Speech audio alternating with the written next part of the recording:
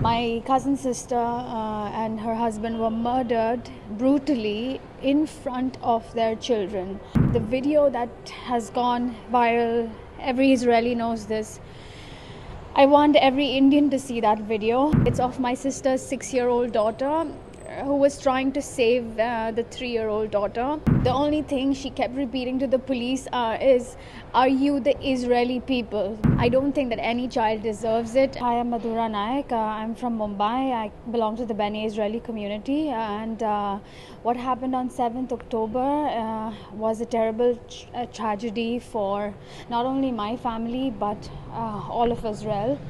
As you know, currently it's been 6 months. We still have 133 hostages left that still have the hope of life. Unfortunately for my family, it wasn't the same because my cousin sister and her husband were murdered brutally in front of their children. And the video that has gone viral, every Israeli knows this. I want every Indian to see that video. It's heartbreaking. It's of my sister's 6-year-old daughter who was trying to save the 3-year-old daughter. And the only thing she kept repeating to the police is, "Are you the Israeli people?" Because there was so much shooting going on and the kids were hiding in the back of the car. And a 6-year-old screaming for something like that, being mindful about the situation while it was happening is something that only Israeli children are subjected to, because they grow up in these war zones, they grow up in conflict, and I don't think that any child deserves it. And unfortunately for some of us, our families will never come back. Israel is slowly coming back to normal, but we have the cloud of war on our heads.